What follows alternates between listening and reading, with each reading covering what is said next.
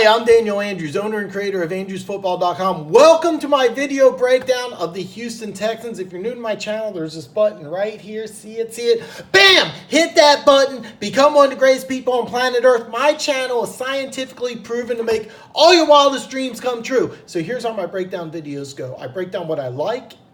I break down what I don't like, but stick around to the very end where I break down the Vegas over-under and if you should put action down on the Houston Texans. So let's start here. What do I like? I like the front seven. I think this is the best front seven in all of football. J.J. Watt, what an amazing player. I think 20 years from now, there's going to be a debate, is J.J. Watt the greatest defensive player of all time? I think he's that good. Now, old school guys like myself, I remember Lawrence Taylor. I think Lawrence Taylor is probably the greatest defensive player of all time. The NFL Network, when they did their very first top 100 list, those top 100 greatest players of all time, Lawrence Taylor was number 3, who was the highest ranked defensive player. And I agree with that list. At least I agree with Lawrence Taylor being the greatest defensive player of all time, but I really think that people that didn't see Lawrence Taylor play will tell you J.J. Watt's the greatest player of all time defensively. And you can make that argument. I mean, he really is that good. I think even if he retired today, he's going to walk into Canton, and you could still make that debate, is he the greatest defensive player of all time? I'm just talking about one guy, but look at this defense. Jadeveon Clowney, this is probably the best NFL player on 20 to 25 other defenses. I mean, this guy's amazing. You have Cunningham and McKinley, two long, fast inside linebackers.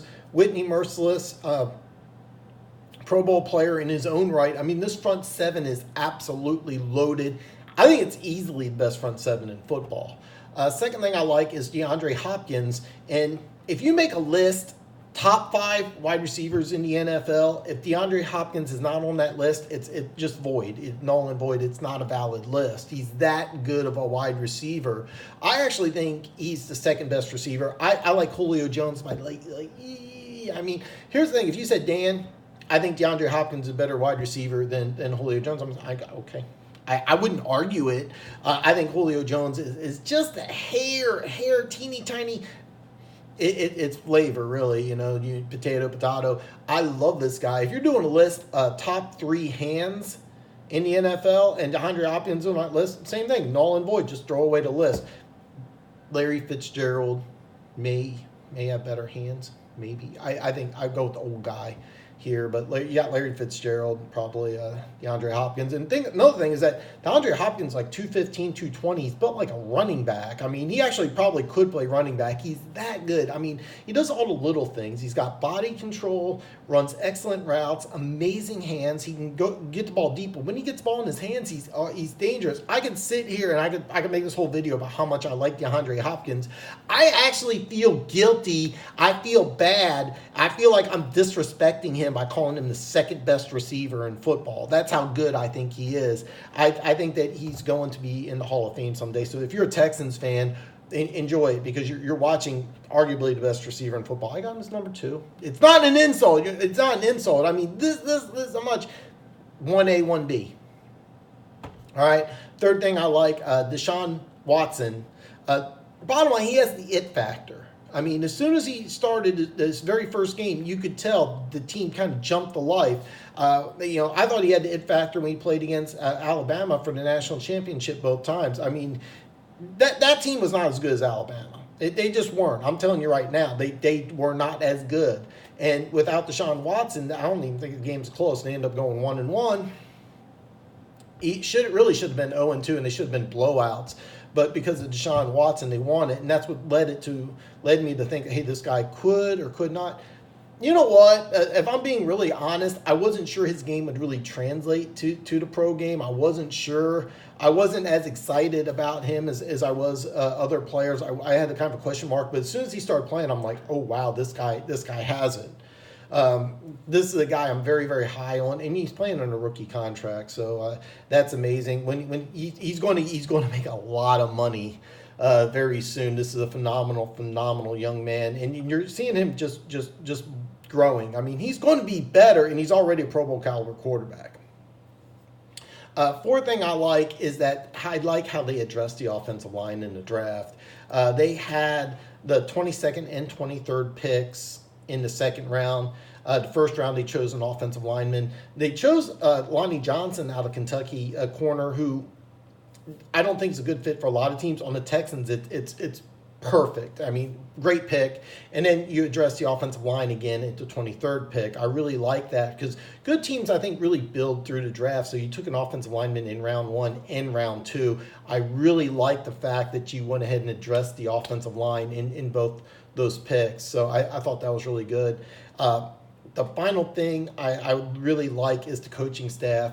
I think Bill O'Brien, very underrated head coach, very good head coach. I think this is a guy who really kind of took over and is building this team into a team that not only won the AFC South and got to the playoffs. This is a team I think that has a legitimate chance to win a Super Bowl. I think he's really very underrated, but Romeo Crennel, who's architect of the front seven. And this is going to be kind of funny because before Andy Reid came along, the Chiefs were 2-14, ended up the first pick in the draft. The head coach of that team was Romeo Crennel. So by calling him an excellent coach, because he was a bad head coach, okay? Let's face it, Chiefs fans know firsthand this is not a good head coach. But he's one of the best defensive coordinators in all of football. I actually believe Romeo Crennel deserves to be in the Pro Football Hall of Fame because he helped build a dynasty in New England and he built the best front seven in football. I don't even think there's a front seven that's even remotely close to how good this Houston Texans front seven is. I think Romeo Crennel belongs in the Pro Football Hall of Fame whenever he hangs it up, even though he's a bad head coach. Nothing wrong with being a bad head coach. Maybe I couldn't be an NFL head coach. As a defensive coordinator, world-class defensive coordinator. So put him in the Hall of Fame, Romeo. Romeo belongs there, okay? Kind of recap. Best front seven in football. DeAndre Hopkins, probably the best 1 or 2 wide receivers in football. I got him as number 2. And I feel guilty saying it. I feel like I'm disrespecting him. You have a Pro Bowl caliber quarterback who's got the it factor, just still getting better. And then I like the fact you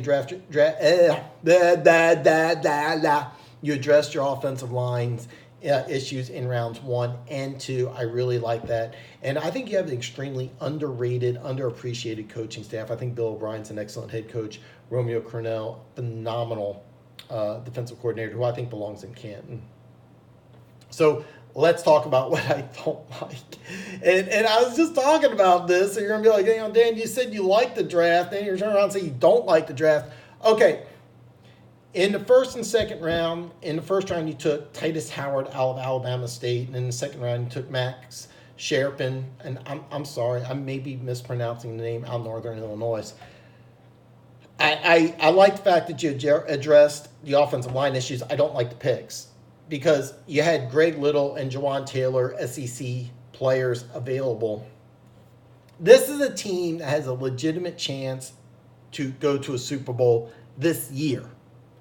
And instead of taking advantage of that, you're rolling the dice on small school players. Now, are you telling me that, oh, no, a small school player, Dan says small school players can't play? I'm not saying that at all. I'm just saying you're rolling the dice. If you would have told me that instead of Howard and Sharping, you would have said, hey, I got Greg Little and Jawan Taylor, I'm like, all right, because bottom line, ESPN has these 2 guys starting on the left and right side respectively. Our lads had these guys as backups on the right side.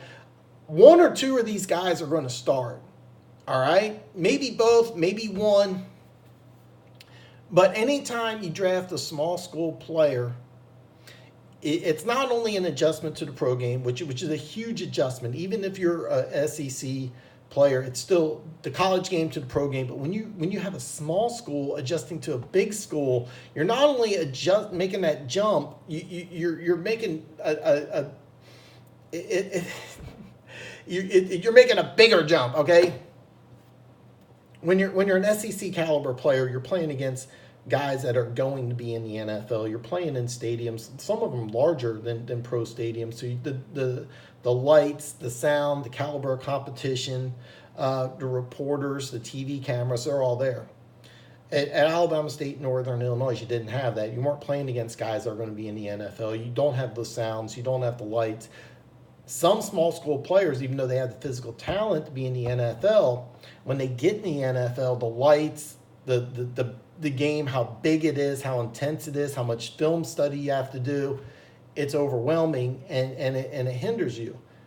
These guys need to play this year. I thought maybe one small school guy, but two, I didn't like who you could have, because bottom line, you could have got Greg Little, you could have got Jawan Taylor. Because you had the 22nd and 23rd picks in the draft, you could have traded up and got, who was it? I am so sorry. I just had a brain freeze here. Andre Dillard. I'm sorry. Andre Dillard, who would be a day one starter. You get Matt Khalil, and that's great. But bottom line, I didn't. Keep in mind, if both these small school players pan out, great. You did a fantastic job. But bottom line, you had the opportunity to get SEC players who can contribute day one, and you're rolling the dice on small school players. I don't like the move. Second thing I don't like, and I'm kind of mixing this together, is your quarterback was sacked 62 times last year. But you ended up getting Matt Khalil and two guys that, you played one playing in MAC, no one Alabama State. I think it's D school, D2.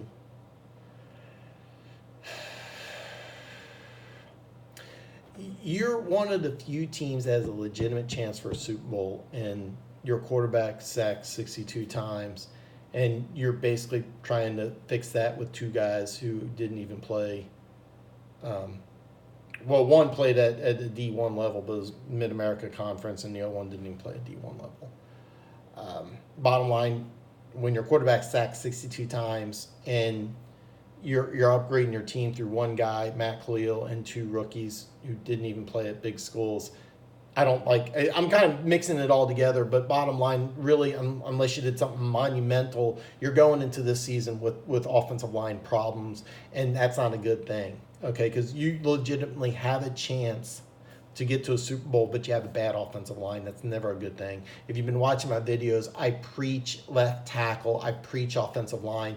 This is a bad offensive line. I mean, don't get me wrong. Both these tackles come in, and they're playing at Pro Bowl level. I'll eat my words. I'll be the first one to admit it. But being sacked 62 times is not a good thing. Third thing I don't like is the running game. Deshaun Watson was your second leading rusher. Your second string running back, Dante Foreman, who in 2 seasons has played in 11 games, missed almost all of last year. Now, I watched him at Texas his junior year where he ran for over 2,000 yards. This guy is really special. This is a big back with vision, balance, body control of a much smaller back. Realistically, if this guy can stay healthy, I actually think he's a better player than Lamar Miller, who went to a Pro Bowl last year. But let me read over his stats. You tell me, of these Pro Bowl numbers, 973 yards rushing, 5 touchdowns, and 25 receptions for 163 yards and a touchdown. Bottom line, he probably should have made the Pro Bowl before. This was one of those Pro Bowl votes for a career Pro Bowl, but since he's been with the Houston Texans, his touches have gone steadily downhill. And while Miami in 2013, his first year as a full-time, started 15 games in 2013. 2014 started 16. 2015 with Miami started 16. And then in the Texans, he started 14 games, 13 games, and last year he started 14 games. But bottom line, his production's gone downhill. His touches have gone downhill. Now, he's going to be 28, so, I mean, is there still tread on tires? Sure. But are you going to tell me he's just going to bounce back and have a much better year? I already touched base that the offensive line's not very good, so that's part of it, but This is not. I think that this is a guy whose play's gone downhill, and then you're banking on Dante Foreman, who's not been able to stay healthy, to help that out. Deshaun Watson's is being sacked 62 times. Why is he your second leading rusher? He's already getting beat up enough trying to throw the ball as is. So I don't like that they didn't really address the running game in free agency. They did draft a guy in the 7th round. That's not really an answer because you're hoping he makes the team. If you're going into this season like, hey, man, we drafted a guy in the 7th round, he's going to get us to the Super Bowl, that's a huge mistake, and I know that's not what the Houston Texans did. So kind of to recap, I like that they addressed the offensive line in the draft. I didn't like the picks. I would have preferred that you would have either gotten Greg Little or Jawan Taylor, both of which were available in the first round. You could have also traded back up in the first round or early in the second, got either one of those two guys. I don't like that your quarterback was sacked 62 times last year, and that you also are fixing that with two small school guys in Matt Khalil. Also, your running game, a lot to be desired. Your quarterback was the second leading rusher last year. Your backup running back is a guy you can't stay healthy, and your main running back is really on the decline. Even though I really am high on Lamar Miller, I think his best days are behind him. So hey, look, if you stuck around till the very end, I told you if you should put action down on the Houston Texans. The over-under on the Houston Texans is 8.5. If you bet the over, it's plus 130. So if you make a $100 wager and they win over 8.5 games, you will win 130. The under 8.5 is negative 150. So you have to wager $150 to win 100. Due to the disparity between the two, that's a big gap. I could actually see it dropping to 8, but it's been 8.5 and it's been steady at 8.5. And I love the over. I mean, this is a team that went 12-4, won the division, and I can make a case that on paper they are better. The schedule is tough. All right, the schedule is tough. I mean, this schedule is, early on in the first 7 games, they have road games against the Saints, Chargers, Chiefs, and Colts. That's a tough schedule. So even though they could be better than they were last year and have 9 or 10 wins, both of those are higher than 8.5, by the way. So I strongly suggest if you're going to put action down, you're getting plus 130. So 100 wins you 130. I really like the over. I think I'm going to watch preseason, and right now DeAndre Hopkins, J.J. Watt are on the PUP list. I don't think it's a big deal. I think they're going to be healthy when the season starts. But if they're not, I may change my mind. The way things are right now, I am taking the over.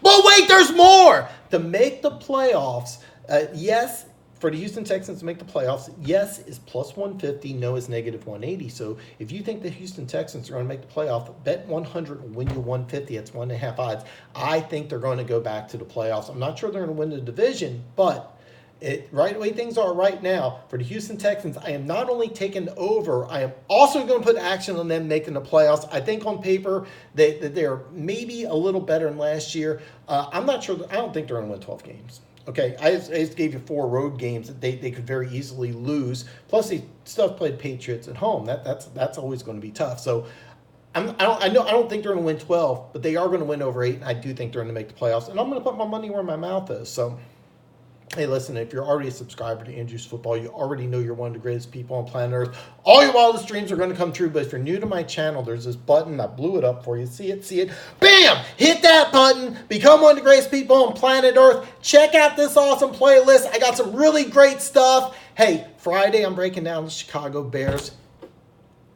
I'll see you Friday.